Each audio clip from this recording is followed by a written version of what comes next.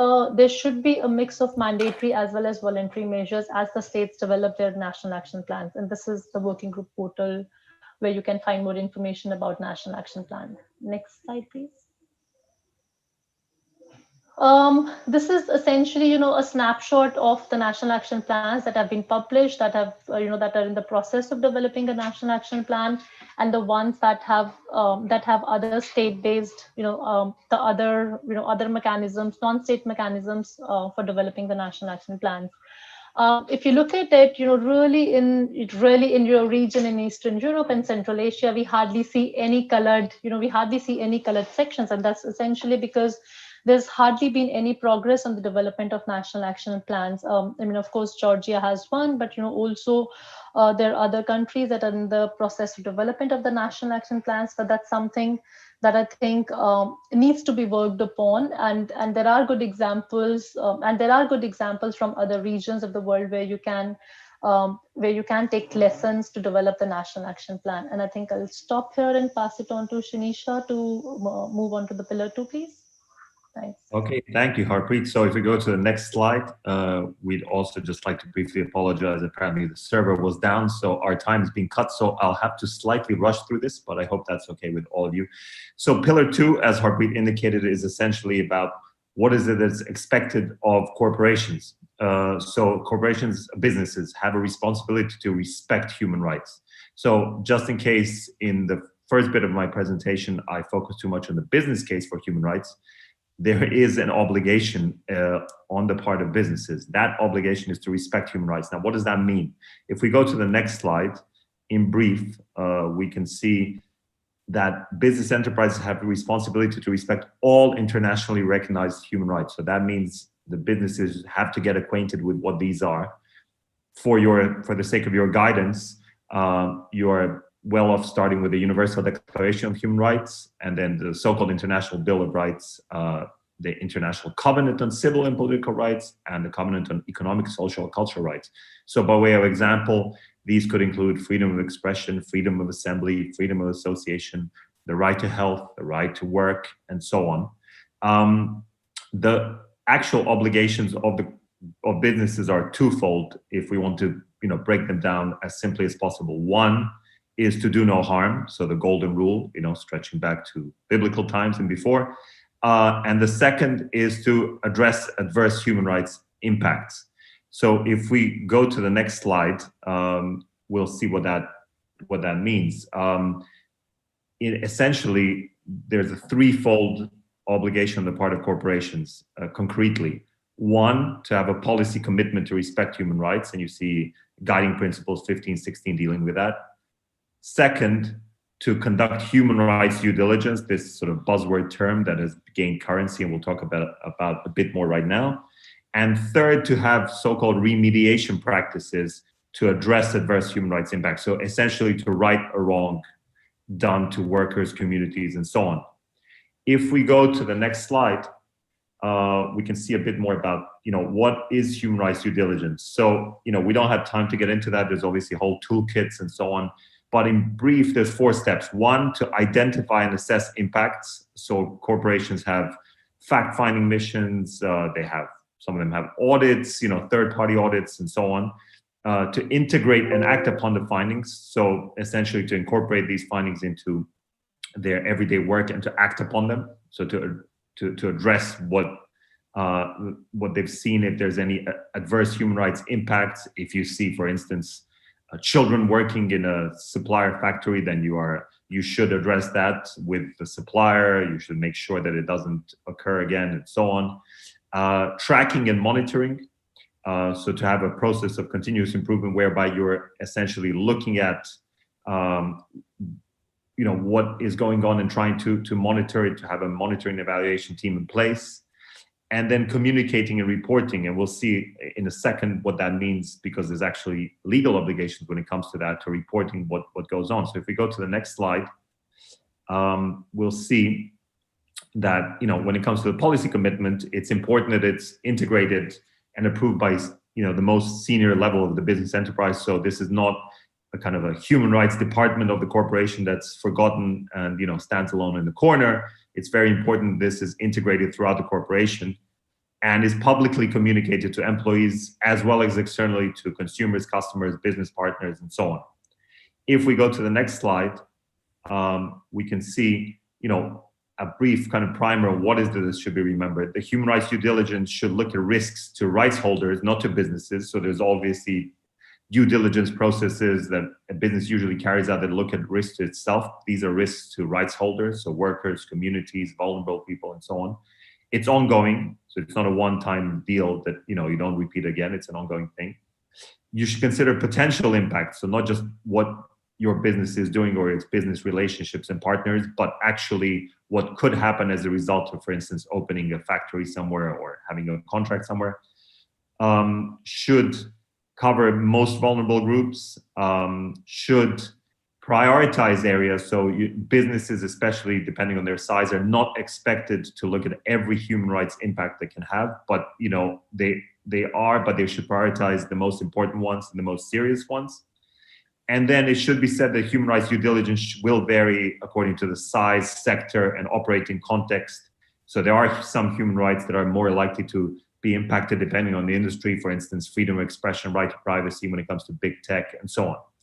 If we go to the next slide, we can see that actually this has gone beyond a sort of a set of recommendations to legislation that's being increasingly adopted in countries, mostly in Europe, but that's a trend that's, it's spreading. To give you an idea, I mean, perhaps the most, well-known of these laws, you can see that the countries there, is the law in France, the so-called duty of vigilance law, and it asks companies to map risks, to have procedures that regularly assess the situation of subsidiaries, subcontractors, suppliers, and so on. It asks them to take appropriate actions to mitigate risks, prevent violations, to have an alert mechanism that collects potential or actual risks, and so on, and to have a monitoring scheme. And if a company doesn't publish its duty of its vigilance plan, and so on, a judge can essentially order it to publish one within 3 months, and a judge can assess whether a company is appropriately fulfilling its obligations described in the law. So this is becoming a legal obligation. The one issue with all of this, unfortunately, is that the burden of proof is still on those, on those wishing to prove that a corporation is not fulfilling its obligations under the law, which is hard because they essentially have to acquire internal documents from a corporation. And this is an issue that's been that's arisen in negotiations over a UN binding treaty, but we'll get onto that a bit later. If we go on to the next slide,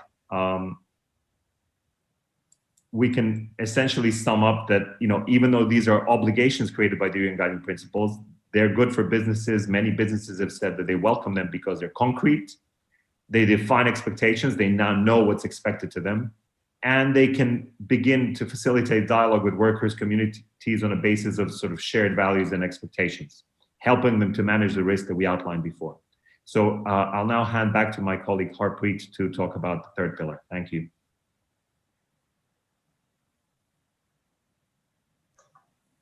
Thanks. Can you move on to the next slide, please? Okay, so really, I've just been told that there are sort of some 10 minutes left, so we'll try to wrap it up and see if we can have more time for question and answer. But essentially, the pillar 3, as I initially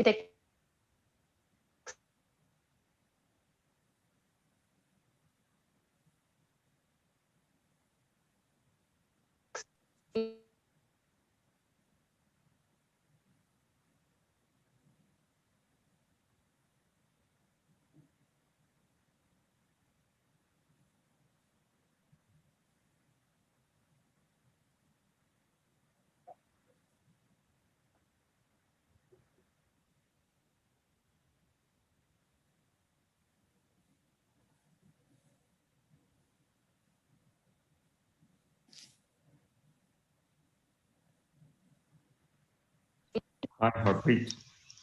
Oh, I think we can hear you now, maybe. Hi, can you hear me? Yeah.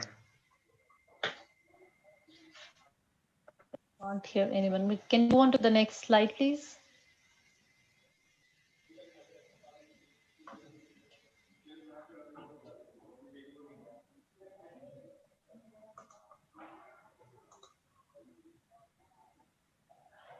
Sure. So as I was saying, sorry, I think there's a problem with my microphone. So let me know when you can, if you cannot hear me. But essentially what Shanisha also said in the beginning on the pillar 2 is, the focus has to be on the right holders. Similarly, the access to effective remedy, when we're looking at access to effective remedy, the right holders should really be at the central to the remedy. Rights without remedy do not mean much in practice. So that means that, when you're looking at these, when we're looking at the state duty to protect, or whether the corporate responsibility to reflect to respect human rights, if we do not have mechanisms to effective remedies in cases of corporate human rights abuses, then this wouldn't mean anything in practice. That the UN guiding principles also calls upon companies to establish effective operational level grievance mechanisms. Next slide, please. Sure.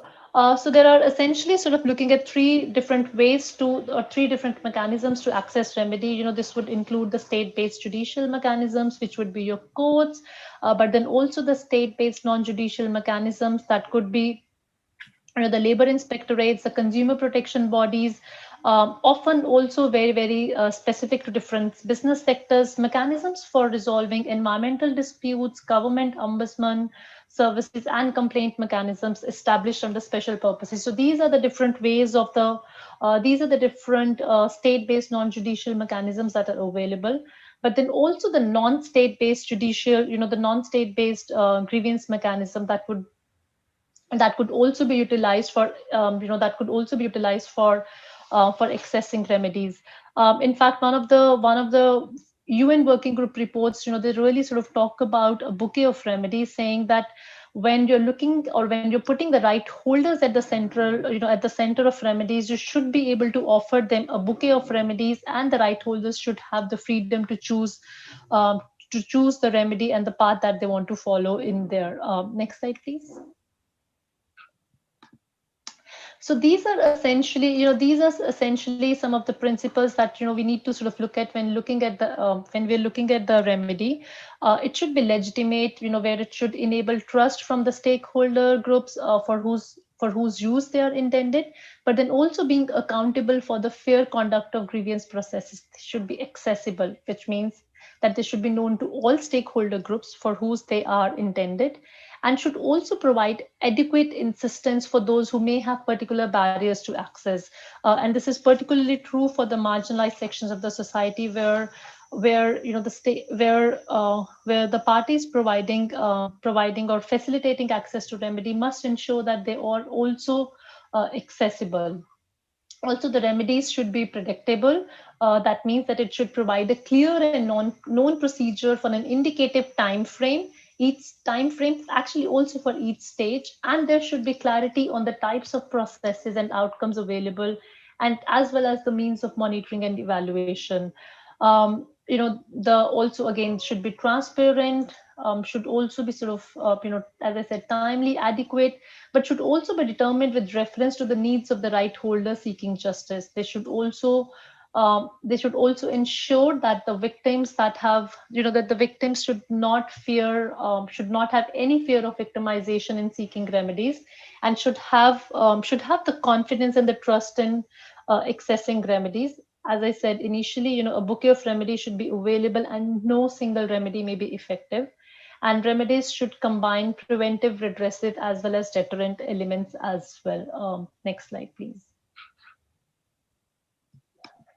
This is just essentially, when in 2011 the UN guiding principles were launched, the Council also established the Working Group on Business and Human Rights that essentially has 5 members with regional representation. They have the mandate to promote the guiding principles, but then also disseminate, implement, and embed guiding principles in the larger global governance. The working group undertake various methods. They take country visits, they prepare annual reports, they also guide the annual forums and the regional forums. In fact, UN, this is another example of how UN Working Group has collaborated with UNDP to sort of launch the first regional forum in the region, but then also support development in national action plan. But and also they undertake also complaints mechanisms. So just on the last slide, here's the information about the working group members, and then you can reach out to them. And yeah, thank you. Yep, and thank you very much. Any questions? Happy to answer. Unfortunately, we don't have time. So thank you very much, Sinisha. Thank you very much, Harpet, for the comprehensive presentation on introduction of the UN Guiding Principle. We will have more chance to elaborate different pillars of the guiding principle in the next coming days. So I'm sure the questions can be addressed in the next coming sessions. So thank you very much. And then I'm just giving floor to Kavya for the technical announcement.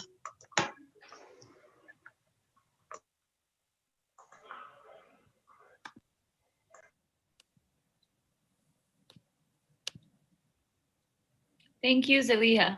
Thank you all. This concludes our session, Introduction to UN Guiding Principles on Business and Human Rights.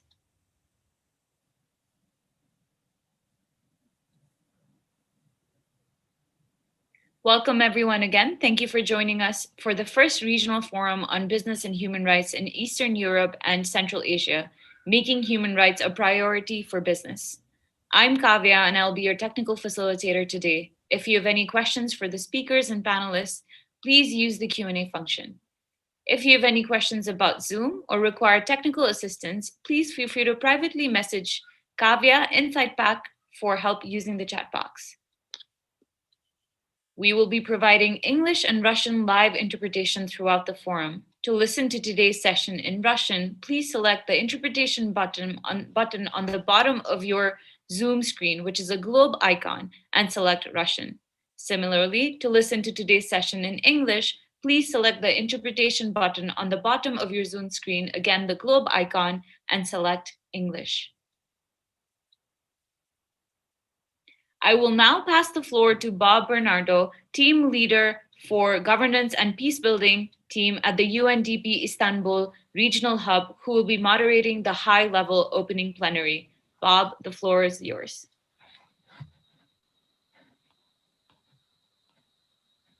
Kavya, thank you so much. Good morning, colleagues, and we are very pleased to welcome you all to the first Regional Forum on Business and Human Rights in Eastern Europe and Central Asia. This forum is co-hosted by the Istanbul and Bangkok regional hubs of UNDP, and we are co-organizing this forum with the UN Working Group on Business and Human Rights. We have over 350 people registered at this event from countries in our region and beyond, from various sectors, intergovernmental organizations, civil society, private sector, academia, governments, among others. So there's huge interest in this forum, and we are so pleased to be co-organizing this with partners. We're also live streaming the event on our webpage, so feel free and share the links with your respective networks. As you are aware, the sessions will take place for 3 days, over 3 hours each day. But I'm also pleased to acknowledge the contribution of our partners. We will have side events with them over those 3 days to have deep thematic dives on a number of topics. Today, for example, we will have a side event with International Organization of Employers on the issue of collective action, the do's and don'ts to strengthen partnerships for addressing systemic challenges. Tomorrow, Tuesday, we're going to have the side event with the Belgrade Center on Human Rights with a topic on From Voluntarism to Obligation, Business and Human Rights in Southeastern Europe. And on Wednesday, we're going to have a side event by the Business and Human Rights Lab at Yaroslav Mudry National Law University of Ukraine with a topic on migration and forced labor, building an effective response in the Eastern Europe and Central Asia region. We are very pleased to invite you to these side events as well. I am now very pleased to welcome you to the high-level plenary session of this forum. The objective of this session is to frame the meeting's discussions around priority issues in global and regional responsible business practice, with emphasis on growing momentum worldwide, especially in Europe, towards improving corporate human rights performance through mandatory human rights due diligence. More specifically, the session will cover a general overview of the global and regional trends, the increasing number of national action plans, commitments by businesses, and the growing role of national human rights institutions and civil society organizations. We're also going to talk about the new decade of action with the UN guiding principles, the next decade business and human rights by the UN Working Group, and an issue very close to everyone's heart now, the impact of the COVID-19 pandemic on business and human rights, and how the global crisis can stimulate the major attention towards responsible business practices. We're going to have 5 speakers for today's high-level opening plenary. Each speaker is expected to make a maximum of 5 minutes presentation.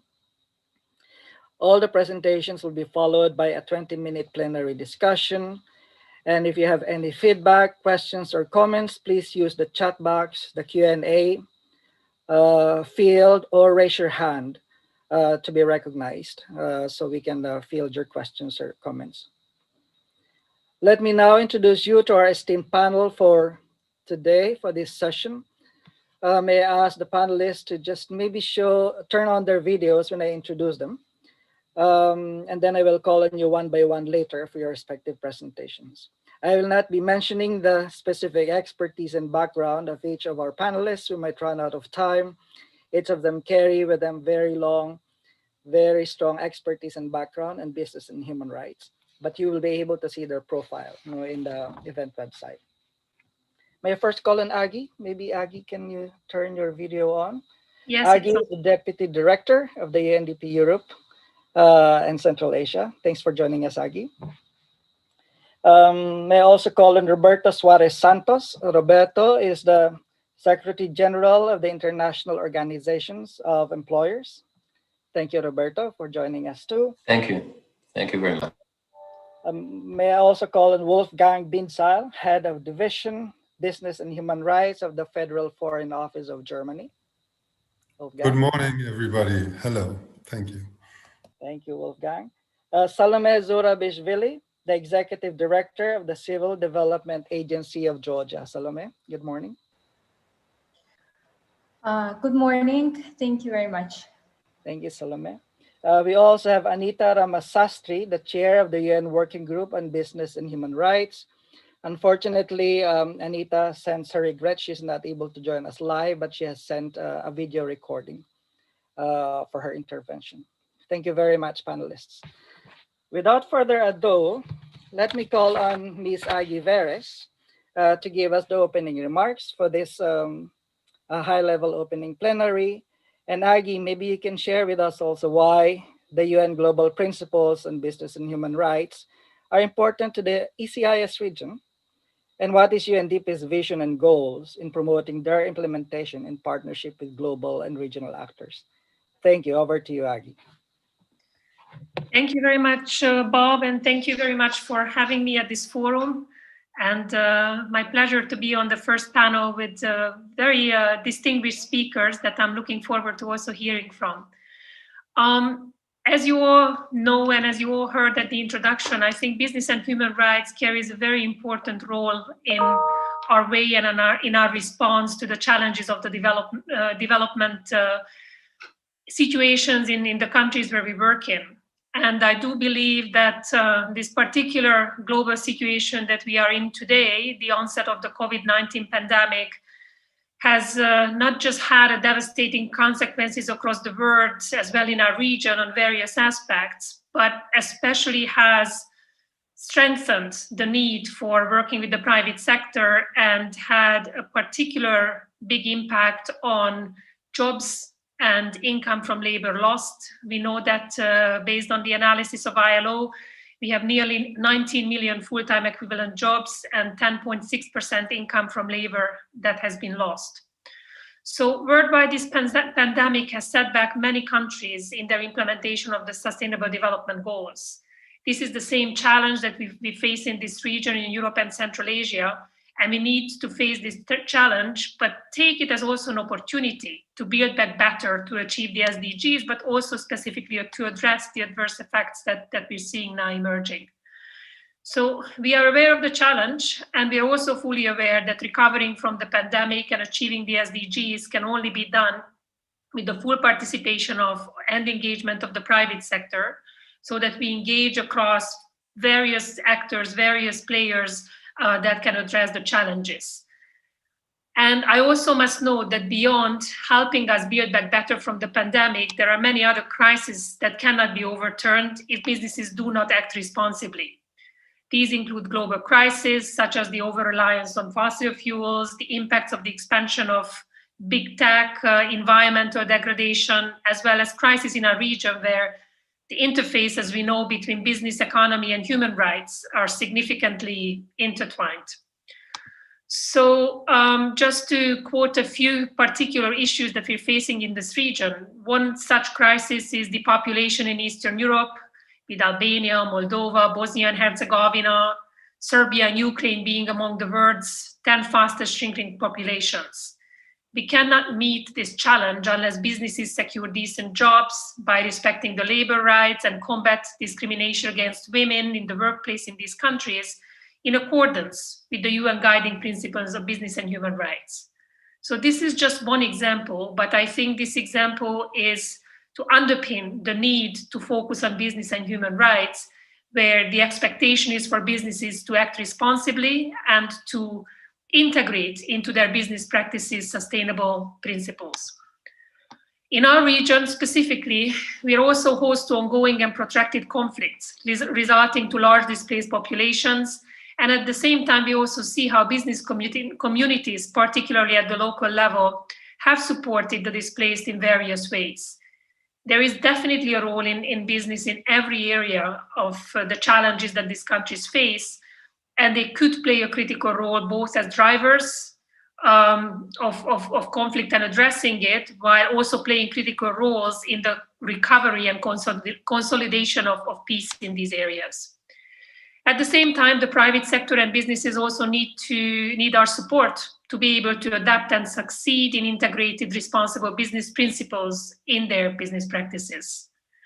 This is a crucial intersection where ourselves as a development agency and other actors that will speak after me and private sector actually have a very common interest.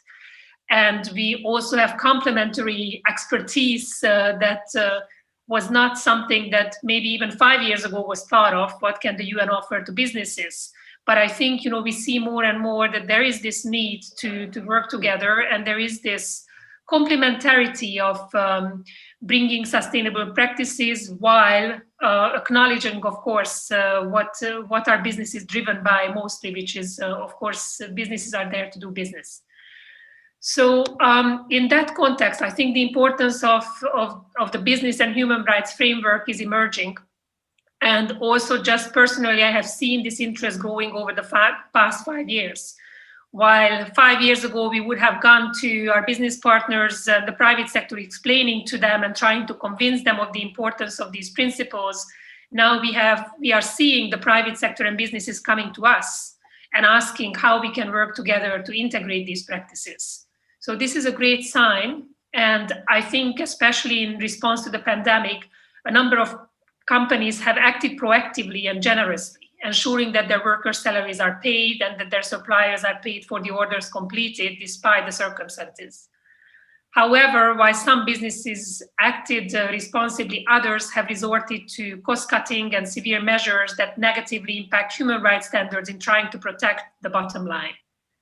This mixed record shows that not all businesses can be expected to act responsibly, and indicates the need for a comprehensive framework on business and human rights, while we also need to acknowledge the difficult situations they are in. So they do need incentives, they need tools and ways of dealing with this very difficult situation.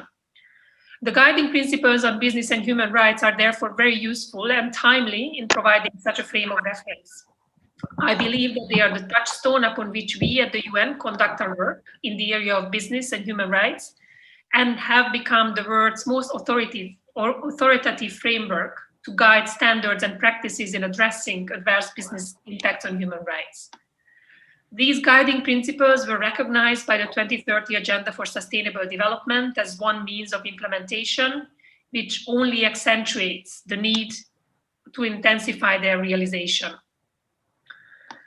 This is true for our region as well. There are positive developments in our region where promising advances have been made in many places. Georgia and Ukraine, for example, have been working on developing a national action plan on business and human rights.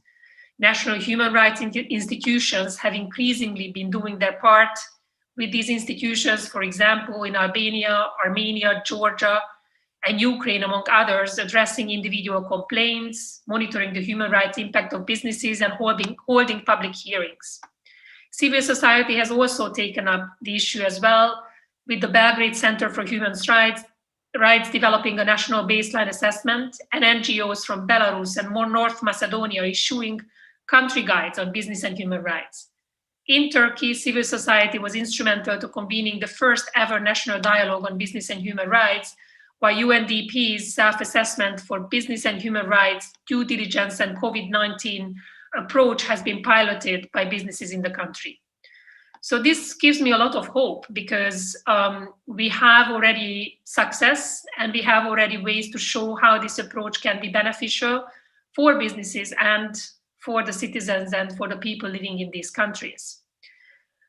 These are some of the positive developments of our region in business and human rights. But beyond that, of course, the European Union is driving the change with some of its member states, including France and the UK, introducing domestic legislations and recent proposals to introduce EU directive in mandatory human rights due diligence.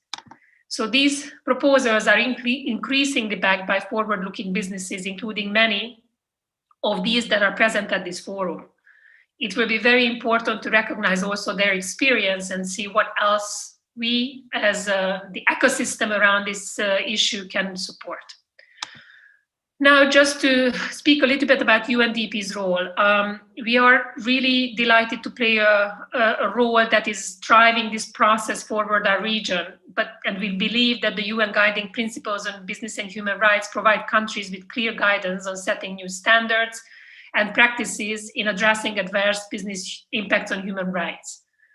So this inaugural forum signifies our intent to strengthen this, intensify efforts to help implement the guiding principles in our region, and partnerships are absolutely crucial in this regard. So we have partnered with the UN Working Group to produce a roadmap for the next decade, and we have been and going to continue to hold consultations globally with a wide variety of stakeholders on the priorities, should be for states, businesses, civil society, and so forth. I really would like to thank this UN Working Group and the co-organizers for their support for this forum. We see a role as a convener of key stakeholders, including ENNHRI, OHCHR, ILO, and OECD in these efforts to advance it. And we are, of course, welcome other partnerships to build a strong foundation that are walking the talk and implementing these principles. Beyond this forum, we will continue to advocate and foster for meaningful partnerships with all of you on responsible business practices and principles. So I really hope this forum is just a beginning. I see the opportunities are immense, and I hope that this forum will allow us to identify specific entry points, specific opportunities for all of us to take the next steps forward in this journey, and to see how we can work together with businesses, some who are already fully embracing human rights principles, and some that need a little bit more collaboration and collaborative efforts, but with the ultimate aim that no one should be left behind. Thank you very much. Back to you, Bob. Agi, thank you so much. Thank you for providing a strategic framing for the event and for highlighting the important role of the private sector when addressing and achieving the SDGs across various areas, whether they be on environment, social, economic, conflict dimensions. And these are very important points. But also to recognize the nature of businesses. I think that's an important point that you mentioned. How do we see the businesses contributing to this agenda going forward, while recognizing what businesses are for? At the same time, asking how can we support them going forward, so it's not just a one-way street for this partnership. It's great to hear UNDP's work on business and human rights in the region, and as you mentioned, we hope that this forum could further catalyze more engagement and partnership in this topic going forward. Thank you so much, Aggie. Let us now listen to one of our co-organizers, the Anita. As I mentioned earlier, Anita is not able to join us, but Anita is the chair of the UN Working Group on Business and Human Rights. She has prepared a video recording. So let us listen to this short video from Anita. Thank you.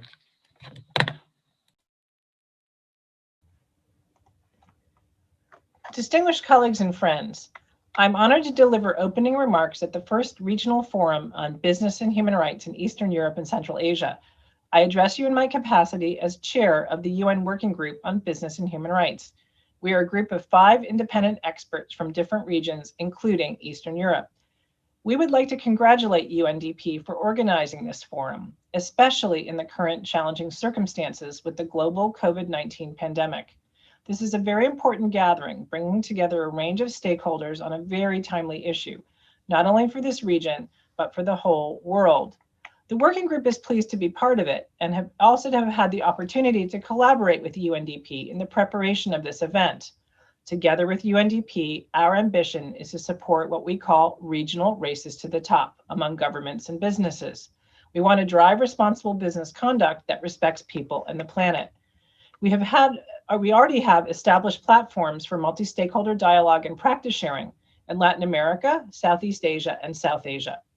Let me begin by saying that this region of Eastern Europe and Central Asia is one that is close to my heart. I began my career working and living in the region and have many colleagues, students, and friends here. I have seen the remarkable transformation of many of your economies with the transition from socialist command economies to market-based ones. For a good number of years, I worked with the European Bank for Reconstruction and Development as its legal advisor, assessing the pace of legal reform in different countries. Now, these changes and the rapid pace of economic liberalization, of course, always brings new challenges, including ones with regard to business respect for human rights. As investment has increased, so has the need to ensure that economic liberalization also takes into account negative impacts or harm to people. This is where business and human rights and the UN guiding principles play a critical role. My basic message today is that business and human rights is not just about companies doing good. It is not about corporate social responsibility. Corporate social responsibility, or CSR, is about voluntary actions a company chooses to take to be a good citizen, from charitable contributions to provision of services to local communities, perhaps, for example, providing education in a local area. But business and human rights is about when business is connected to harm and why it needs to address that. Our message is that it is critical for business to identify the harms it is causing, contributing to, or linked to, and to work to prevent and remedy those. This is the biggest challenge. We need to ensure business is not done at a cost to people's lives and well-being. So please remember this core concept. Business and human rights, or BHR, is about business doing no harm. This is respect for human rights. The working group is itself just coming out of another major event, the annual UN Forum on Business and Human Rights, which took place last week. Normally it's held in Geneva, but this year it was virtual. You can see the recordings online. Last week's event had the theme, Preventing Business-Related Human Rights Abuses, the Key to a Sustainable Future for People and Planet. Prevention of adverse impacts on people is fundamental for sustainable development. Prevention is also at the core of the guiding principles and their emphasis on proactive, ongoing action by states and business in fulfilling their respective duties and responsibilities. That was the working group's key message at the Global Forum last week. The UN guiding principles are a key tool for prevention of negative human rights impacts, and as a result are essential to a strategy for resilient recovery. The UN Secretary General has made prevention a key priority as well, to prevent crises from escalating, saving lives and reducing suffering, and fulfilling the UN Charter. The working group's most recent report to the UN General Assembly focuses on the role of the guiding principles in conflict prevention and building sustainable peace. Sadly, that issue remains all too relevant globally and also in this region. COVID-19 has laid bare and amplified gross existing inequalities and discrimination. The crisis has highlighted the vulnerability of many people in workforces and value chains around the world. We need business and states to reframe business models to ensure that respect for human rights begins when government concessions are awarded to companies, when business contracts are executed with suppliers, and when workers are asked to take on essential tasks. We need human rights to be in the mix at all of these decision points. We also continue to face the ongoing climate and environmental crises, shrinking civic space, populism, corruption, conflict and fragility, and the yet unknown human consequences of technological disruption. The guiding principles provide an essential roadmap to ensure both that we navigate the current crisis with respect to people and that we will build better forward. Their 3 pillars tell us what is needed in practice. States must protect human rights, business should respect human rights, and victims need access to effective remedy. Of course, the Sustainable Development Goals also underline responsible business as a key part of the way forward. Colleagues and friends, the 16th of June 2021 will mark the 10th anniversary of the UN Guiding Principles. Their unanimous endorsement by the UN was a landmark moment for business respect for human rights, but also for better business.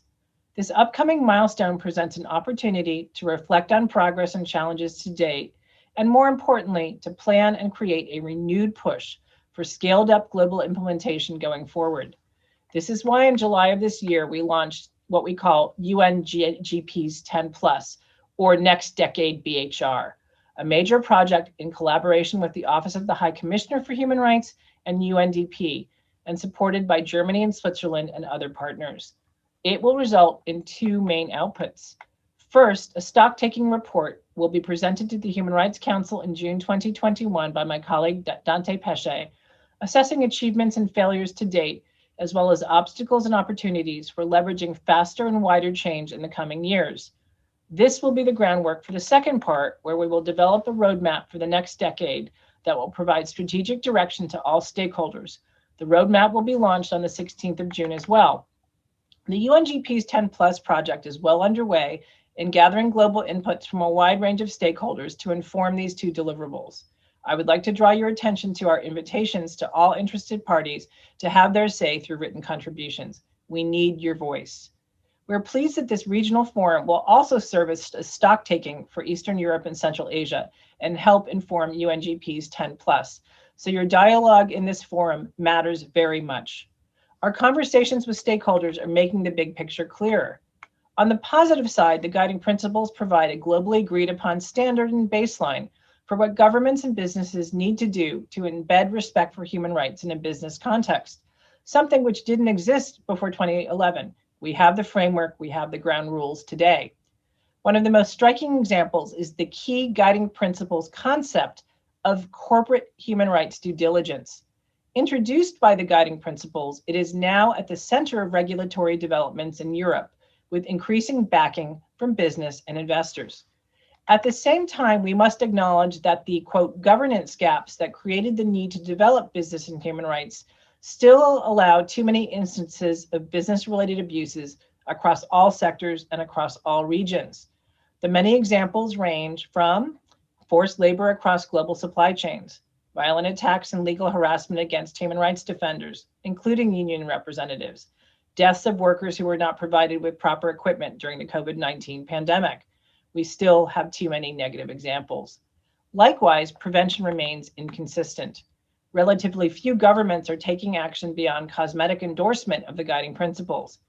Access to remedy for business-related harms is still a major and urgent challenge for achieving meaningful progress. Unless access to remedy for harms that have occurred improved, future prevention will be undermined. These persisting gaps reflect a problem of scale. A key finding coming out of the UNGP's 10+ to date is that the business and human rights movement has not succeeded in addressing the massive capacity building needed in many regions. Last week's forum had a session dedicated to developments in Eastern Europe. It reaffirmed that all of these challenges apply in this region. I would like to mention some of the key drivers of change that the working group has identified as integral to advancing business and human rights in the next decade. First, the smart mix prescribed by the guiding principles of government action is gaining momentum, as demonstrated by the recent wave of mandatory human rights due diligence laws, not least in the EU. Second, we seek to shine a brighter light on the role, responsibility, and leverage of the financial system, particularly development, finance institutions, and institutional investors, in ensuring respect for human rights. Third, further efforts need to address policy coherence in business like in government, which remains a key challenge for scaling up positive impact. Business organizations can play a catalyst role in addressing this gap. I am glad that this regional forum supports the collective goal for the UN and for all of us that we need to use the guiding principles as a key prevention tool amidst the multiple crises we now face. It is imperative that all stakeholders in this region act. Very few states in this region have national action plans on business and human rights. I hope that this discussion here will pave the way for further and quick action from states to make policy commitments in business and human rights. I also hope that the business community will see the importance of sustainable markets needing to have the guiding principles as part of the recipe. And civil society is a critical partner to both governments and business in understanding impacts of economic activities on people. Thank you again for the invitation to be with you. I hope that your discussions will be constructive, fruitful, and pave the way for further action in this region. Thank you.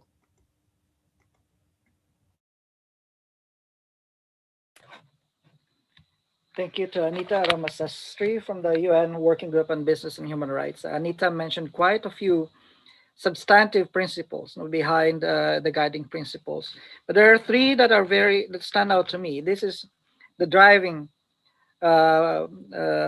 drivers for business and human rights. This looks at smart mix, the role of the financial system, and policy coherence. I'm sure we'll go back to these three drivers in the course of the 3-day forum.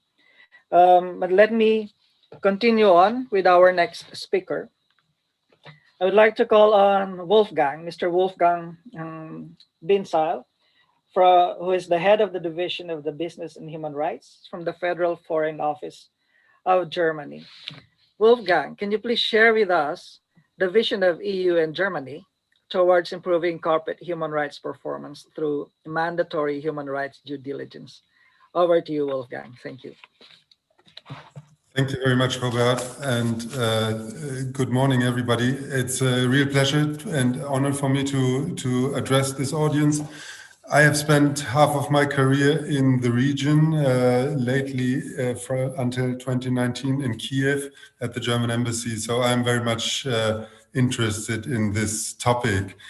And to frame the discussion, I believe it is helpful to be aware that the perspective in the debate about business and human rights very much depends on the geography, on the country we are talking about. There are, of course, clear issues of human rights at the workplace in Germany, as cases of corona hotspots in meat processing companies have shown recently.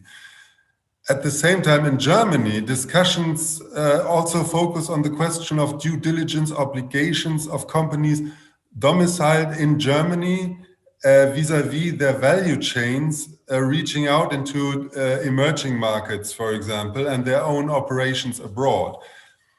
As a particular session at the recent forum on BHR, as mentioned by Anita Ramasastry, was also dedicated to this region.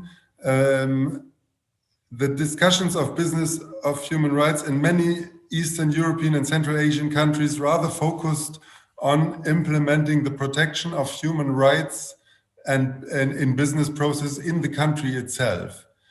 But both parts of the debate are clearly linked by the growing trade and investment relations between the neighboring regions of the European Union and Eastern Europe. As an example, I have observed in the last 5 years, when I was based in Kiev, the dynamic engagement of German automotive industry, creating tens of thousands of jobs in Ukraine. There is no doubt that it is for the benefit of both sides if Ukraine, on its side protects the workers with an effective enforcement of a robust human rights legislation, and at the same time, German companies are obliged by German law to exert due diligence in their supply chain, including not only for their own production facilities, but also the local suppliers of their production capacities.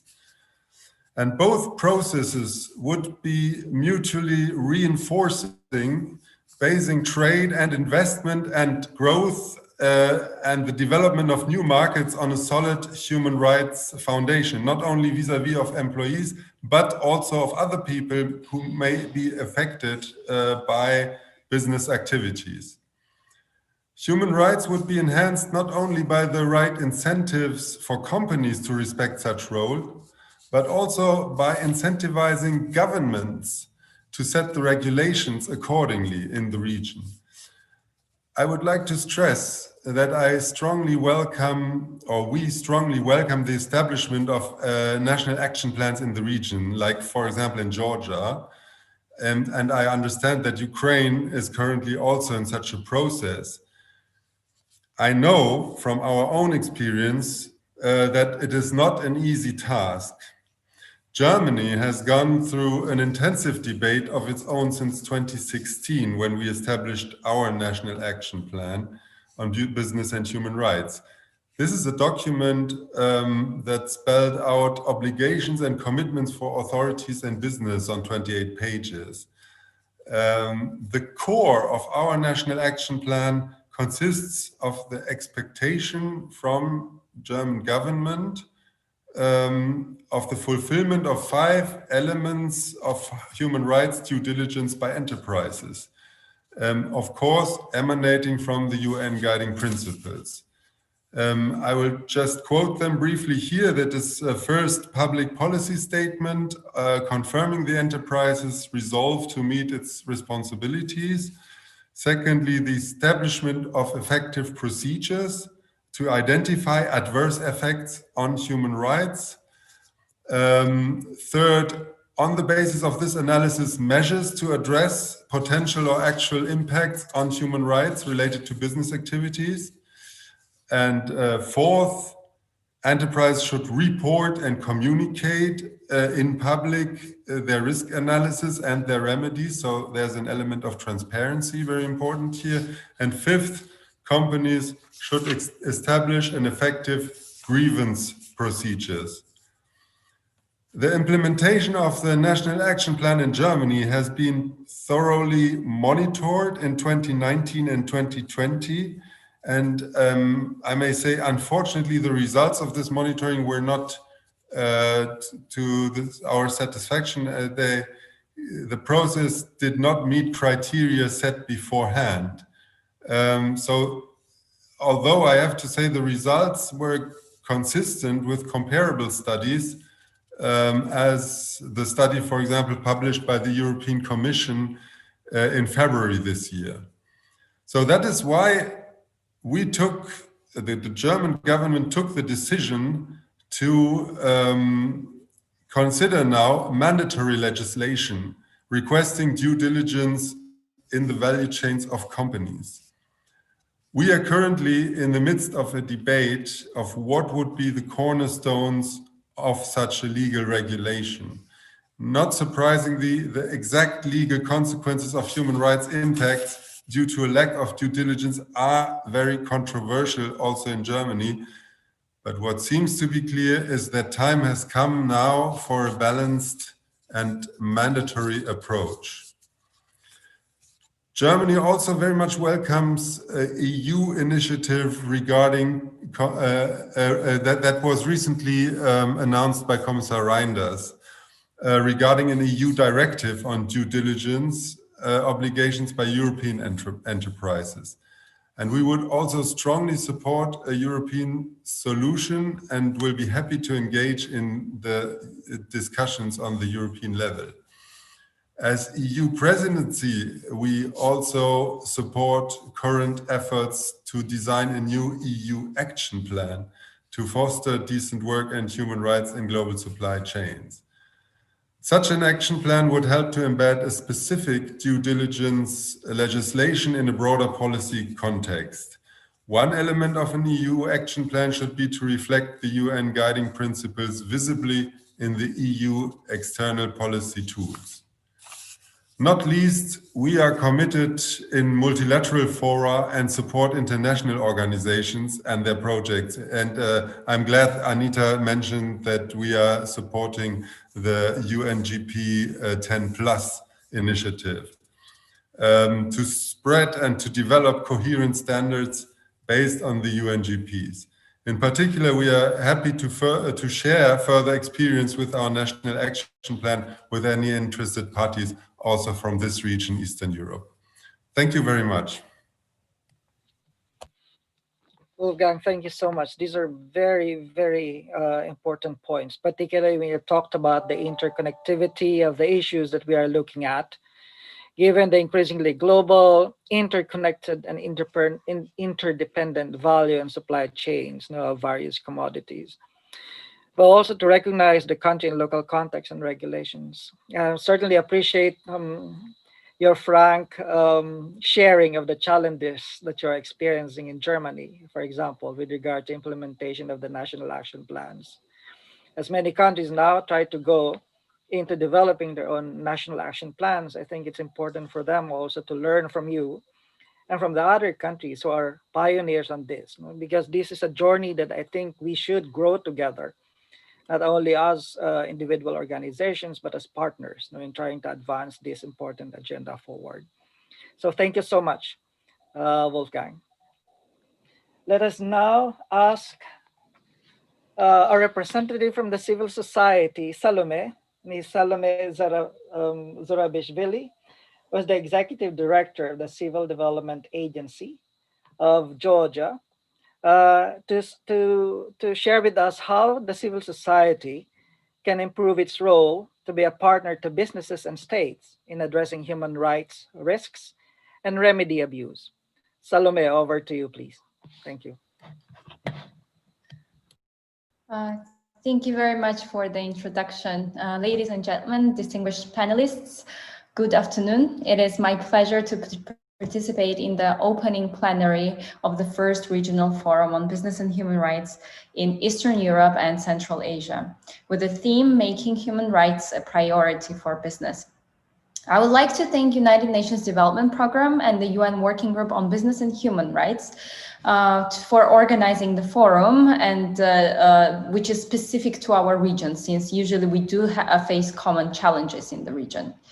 We have quite a diverse audience today involving business, government, civil society, and international organizations. Some years of work in the field of business and human rights has illustrated that respect for human rights can be achieved only through meaningful involvement of all relevant stakeholders. The coordination and partnerships are key to achieving success.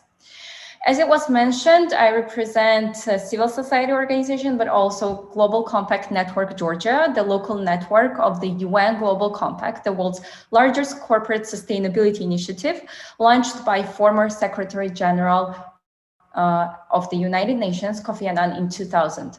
The initiative is a call to companies to align their strategies and operations with universal principles on human rights, labor, environment, and anti-corruption, and take actions that advance societal goals. It is important to highlight that the initiative is multi-stakeholder in nature, uniting business and non-business participants.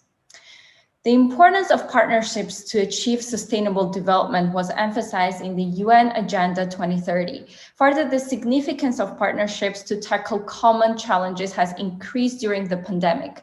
COVID-19 has made it clear that societal well-being is central for the business success as well. Herewith, separately, neither government nor business or civil society can tackle the adverse impacts of the crisis.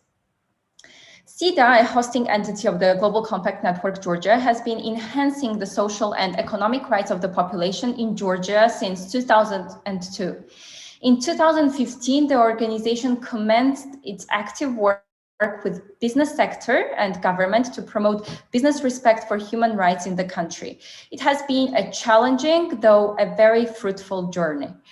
Civil society is not usually a natural partner of business sector in Georgia. The study carried out at the end of 2019 showed that majority of the companies in Georgia refused to answer questions about business CSO partnerships. 22% responded they would not partner with civil society organizations, and only 24% responded they would consider partnerships with CSOs. The reasons stated by companies for not partnering with civil society organizations vary, including trust issues, transparency, societal and business interests. Conversation with leading civil society organizations in the country indicated similar trust issues and hesitation to partner with companies that, according to them, violate human rights and are driven only by economic interest. On the positive side, years of work have indicated the progress, and ice seems to be melting on both sides. Global Compact Network Georgia organizes annual corporate responsibility award competition in the country, and the business applications in the partnership category have been considerably increasing throughout the years. We see more and more cases of business CSO partnerships in Georgia that address human rights issues, and at the same time, business understands its own benefit. We need more civil society organizations that not only pinpoint challenges, but help companies to integrate human rights-based approach in their policies and everyday operations. We also need, on the other hand, the governmental policies that promote human rights due diligence in the country and incentivize businesses to respect human rights.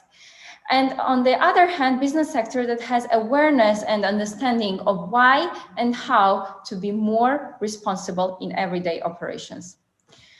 Finally, I would like to wish success and fruitful discussions to the participants of the forum. Let's join the forces and take steps together to achieve the world that we all want. Thank you very much. Salome, thank you so much for sharing some of the practical challenges that you're seeing with regard to the partnership between the business and the civil society. I think these are very critical. I think this is a challenge not only in Georgia, but in many other countries that we are seeing, the trust issue being a primary factor in many of those challenges too. Thank you so much. Let us now call, I have actually put Roberto Suarez Santos, who is the Secretary General of the International Organizations of Employers last, because Roberto represents the business sector in this panel. And of course, the business sector is what we are really talking about in this particular case. So Roberto, I did not forget you. I put you last because it will also give you an opportunity then to hear what the other partners' perspectives are. So Roberto, what are the latest trends and developments in the global business sector's commitment to human rights and the U.S. guiding principles? Over to you, please.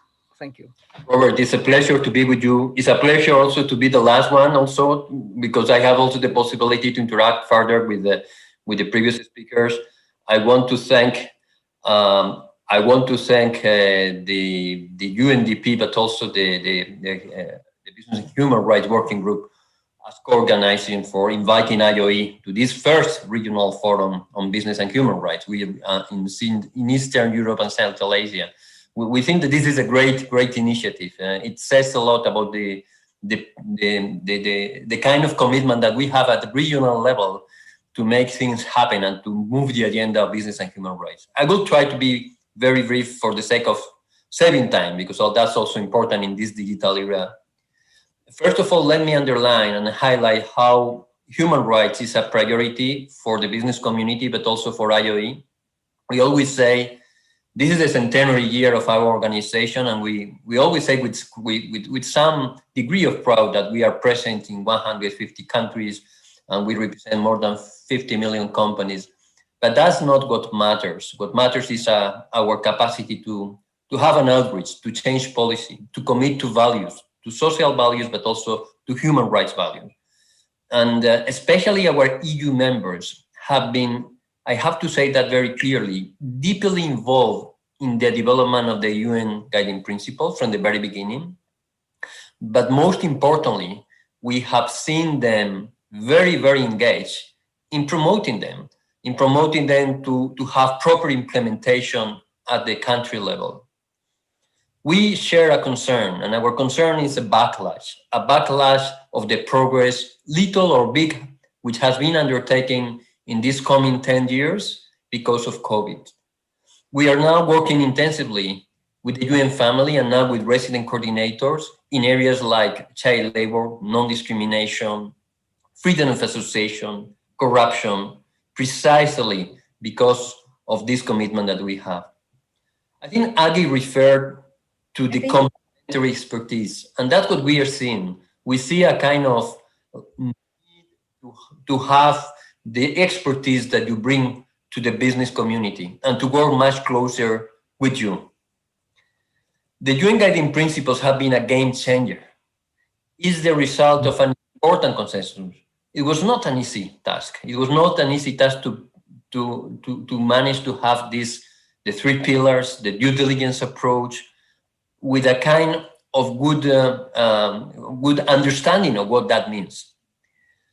The uptake of the UN guiding principles in the last 9 years by not just companies, not just enterprise, but also by international organizations, by multi-stakeholders initiatives, and Salome referred to that, but also by governments, have been, I have to say, impressive. But there is much to do, and we have to recognize that. We as business community, we recognize that the situation is far from optimal. But within only 9 years, the human rights due diligence approach has become a major focus of companies, governments, and international institutions. The UN guiding principles now are an authoritative framework that is creating clarity of rules and responsibilities of all actors, and has resulted in a much more focused approach in the promotion on human rights linked to business. But let me just also be clear, the importance of the guiding principles, if we look back to the CSR debate 15 years ago, and Anita referred to that, it's crucial. We all struggled at that time on the question of what CSR means and whether it's voluntary, whether it's not. The UN guiding principles have created a consensus that the bottom line is that companies must not harm, and I think Anita referred to that, people or community. And this means a preventive approach.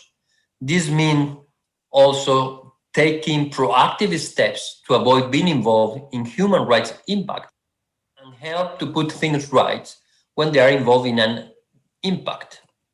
Expectations are high that companies, with the support of governments, with the support of public authorities and other stakeholders, take this seriously, of course, depending on their own sphere of influence.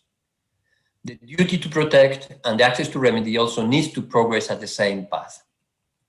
I agree, the due diligence approach perhaps needs to be much more anchored in business practices, in all kinds of business. And we also want to be clear, accountability is not an option. And Anita referred to do that. We need true action, we need true business action. But also we need to avoid a mere procedural approach on due diligence. Let's work on real change of values at company level, which will improve the impact. That's the consequence of a right mix of policies. It's not just about regulation, and I want to underline that, just about regulation, but also about certainty, and more importantly, about creating the right incentives, about supporting companies, especially small and medium companies, understanding their difficulties and bringing them with us to the table. We in IOE are working hard on this, but we need your help. We are witnessing a growing number of business and business organizations engaging seriously to take action to promote a proper business human rights agenda. And particularly in Europe, many countries have developed and adopted national action plans, and you have referred to that. This is the right approach.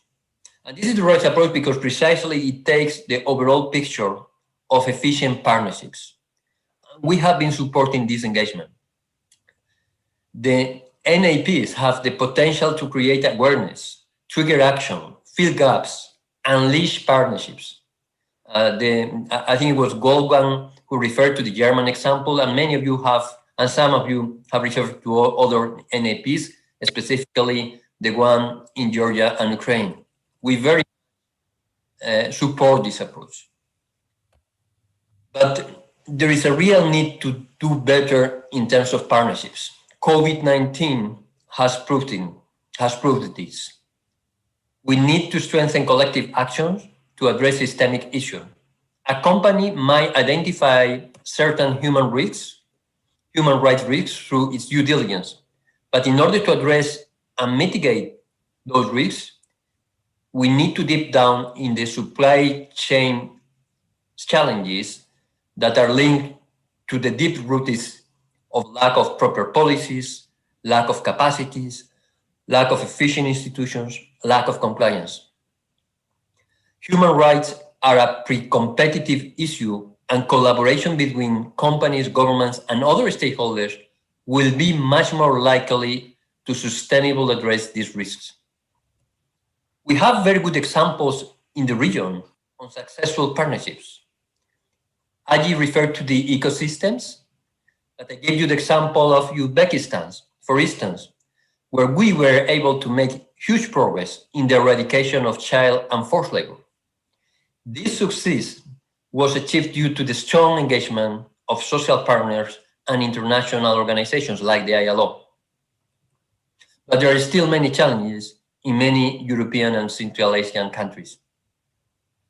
Let's also try to avoid a very Eurocentric approach, because at the end of the day, the debate on business and human rights is not just European or from Central area. It has a strong global component. I want also to stress that all companies, small, medium, large, in different sectors where you have companies acting legally, need to have the opportunity and the responsibility to improve their human rights impact and contribute to the implementation to them, as well as to the Agenda 2030. It could be also counterproductive, systematically excluding some sectors or some companies of this approach. Indeed, we have not put enough attention to the strong capacity of business organization also to support changing not only practices, not only what they are doing, but also public policies. The convening capacity, the persuasive capacity, the lobby capacity that business organizations have is important, and we need to use it in a much more effective manner. We also need a much more mature debate on human rights challenges. If we want to increase transparency, companies need to work closer with different stakeholders in a responsible manner, and vice versa. We need open and honest discussions about challenges, particularly deep down in supply chains. And we need to avoid a mere shame and name approach. We need to avoid a confrontational approach. Ladies and gentlemen, the horrific impact of COVID-19 has put pressure and has put a huge pressure on companies, but on governments and stakeholders.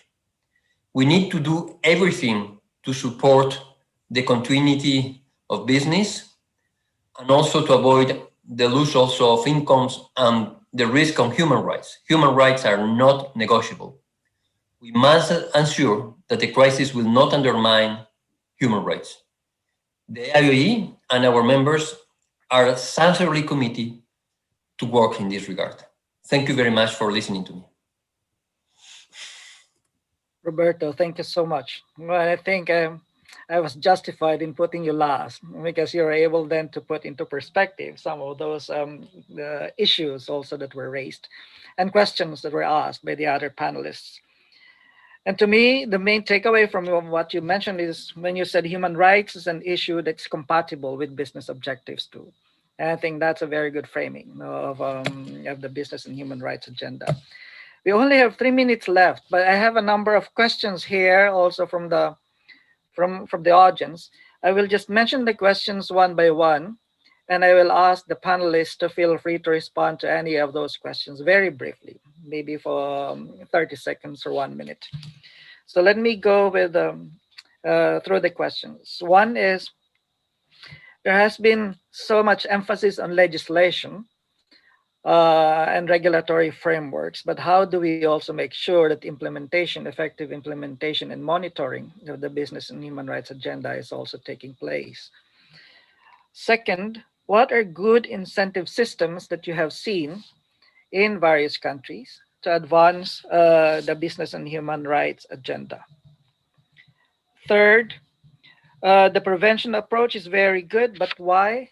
How can we make sure that businesses are actually applying it? There's also another question about IOE members' engagement in the business and human rights agenda in the region, but to some extent, I think, Roberto, you also already answered that. So these 3 questions, and I'm leaving the floor open to any of the panelists to respond. Maybe Wolfgang, would you like to respond first, briefly, on any of the questions, please? Thank you very much. Yeah, how to ensure that the legislation is effective? I mean, it's a little bit difficult for me to preempt the results of our debate, our national debate of how legislation will be structured, because there are 2 options in principle, and it's not sure in which direction we are moving. One option is to have legislation that foresees civil liability in the process, and in that case, of course, due diligence will be supervised at the end by the courts, and by the question, in case that you have a human rights violation, then the courts will see whether due diligence has been applied in the framework that is appropriate for a certain company, which will depend on the size of the company and of the exact business relationship, on the scope of the control of the process, and so on. And that is the way how laws are enforced in Germany in a general way, and of course not only for this particular matter. But the other option, which is also under discussion in Germany, is to have a authority that would supervise the due diligence law that is under discussion. And in that case, this newly founded or newly entrusted authority with this task,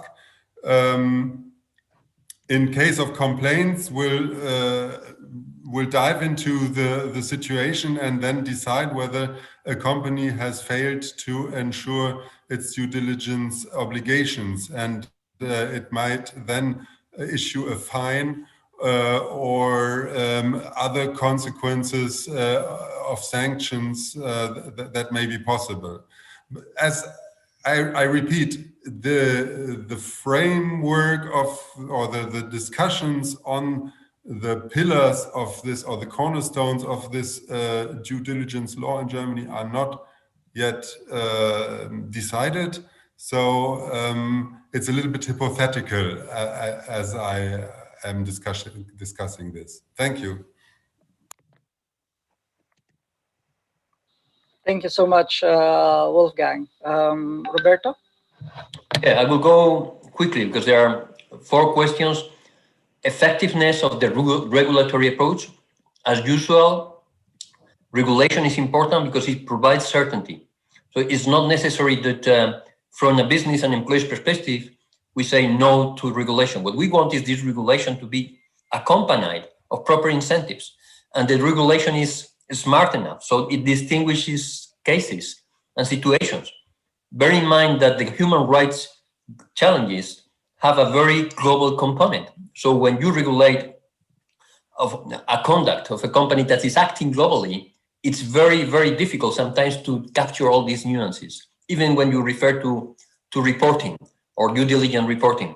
So that's precisely the angle that we could be missing, because it has to do with also the duty to protect from governments and also proper access to remedy from public institutions. We do not see the same, we do not see much progress, to be very frank, on access to remedy from public institutions in many developing economies. So it makes very inefficient to have a strong approach on due diligence if that's not going in the same direction. Good examples of how progress has been made. Those good examples are based on two areas. When you have a proper business case, when you create the right incentives for companies to go in a direction which is much more effective in terms of due diligence, by instance on child labor, by instance on non-discrimination, then you get results. And we can provide examples of that. I don't want to mention companies or to mention countries because that's always controversial, but we have good examples that I can provide individually. And also, most importantly, is acting together. By instance, the situation, and that's not an European example, but in Qatar, we managed to abolish the kafala system, which was linked to forced labor. And that was the result of a joint action with a strong commitment of the government of Qatar.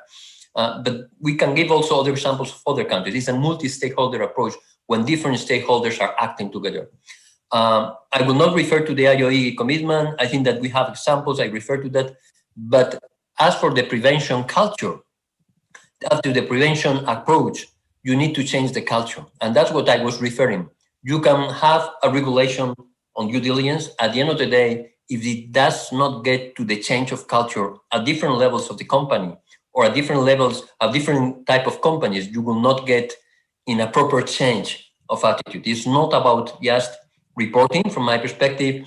It's also about having a different approach in terms of culture of the company itself. And that's what really matters beyond the regulation. So I wanted to just refer to that. Thank you if I was longer. Sorry if I was.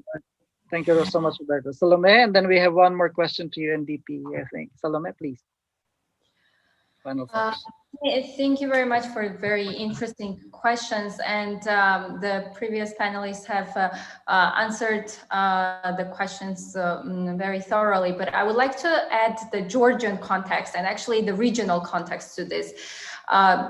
Yes, we do have, for instance, it was mentioned by speakers that Georgia is one of the good examples where we do have the National Action Plan on Human Rights, which includes business and human rights chapter. However, we still lack in the field of implementation. And the major challenge in Georgia, I think, is still the lack of awareness and education in the field of business and human rights. The companies are not aware on how to do due diligence. Even if they would like to do it inside the company, would like to integrate those human rights standards in their policies, they still lack the capacity and awareness on how to do this. On the other side, even in the government agencies, generally there is still lack of awareness on how to incentivize. Roberto mentioned that it's very important to incentivize responsible business conduct, but in Georgia we still lack this this awareness on how to do that. The Business and Human Rights chapter of the National Human Rights Action Plan includes some of the very important activities that would incentivize responsible business conduct, which include, for instance, inclusion of social clauses in the public procurement, or inclusion of sustainability chapter or the social clauses, human rights clauses in the investment agreements, which would incentivize responsible business conduct in the country through government. And I think these are the steps that the government needs needs to undertake. I think that this awareness problem is very specific to our region, because the Global Compact operates in different parts of the world, and specifically when we discuss some of the issues between the networks of the Western European countries and the Eastern European countries, there are some similar challenges, but mostly some different challenges which are connected to the specifically awareness and awareness on how business can integrate those standards, and also why the business needs to integrate that. Corporate sustainability is quite new in Georgia, and I think we need time, and we can really make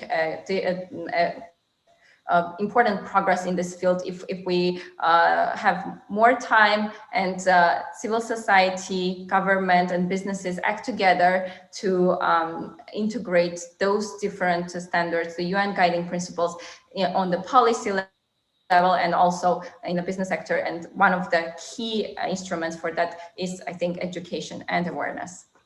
Thank you. Salome, thank you very much. I think that's to the point, very important. And finally, there's a question to UNDP. I think Aggie is here. The question is, how is UNDP intending to support business human rights processes, including the development of national action plans in the region? Aggie? Thank you very much, Bob. I'll try to be short. I think there are many ways to go. So in terms of business and human rights, there are various stakeholders to work with. So in terms of national action plans, of course, we would be very happy to explore how we can work with the governments and the other stakeholders to engage in country consultations on these issues, looking at the regulatory frameworks, the policies, and the assessments of the challenges in the country, which I think is the first step.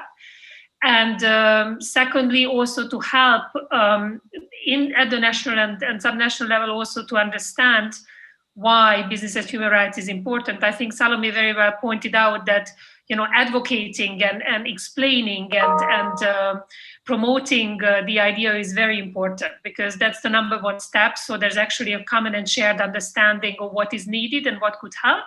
And then, of course, we can work with governments on the national action plans. And then secondly, with the business sector also directly, as some of the other colleagues were mentioning. One is to help them with just basic principles, with methodologies, to understand what and how they can change in their business practices. There has been quite a bit said about the labor side of it. So, but there are many other sides of it. So, for example, as part of our efforts on green economy, we're also looking at green supply chains and try to work with business sector on how to promote these ideas. So there are various entry points, and I think it starts with education, awareness raising, promotion of the ideas, and then support on how to do it. Thank you. Aggie, thank you so much for that. And as Aggie mentioned earlier, also this is just the beginning. This is a journey that we'll be traversing together. So we look forward to working with you on not only the national action plans, but on the broader strategy for advancing the business and human rights agenda. On that note, Salome, Anita, Wolfgang, Roberto, and Aggie, thank you so much for joining this opening session. My apologies that we went beyond the time, which I think ate up the break time that we have. But these are very, I'm not going to recap the excellent points that many of you mentioned, but we're going to be sharing the recording of this session and the key takeaways, key messages as well to everybody. Thank you so much. We look forward to working with you going forward on this. Have a good day, and we look forward to the other sessions. Over to Kavya, please. Thank you.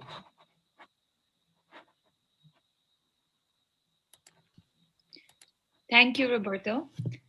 So this concludes the high-level opening plenary. We will now take a short break. We will begin again at 11:15 Central European Time. Thank you all.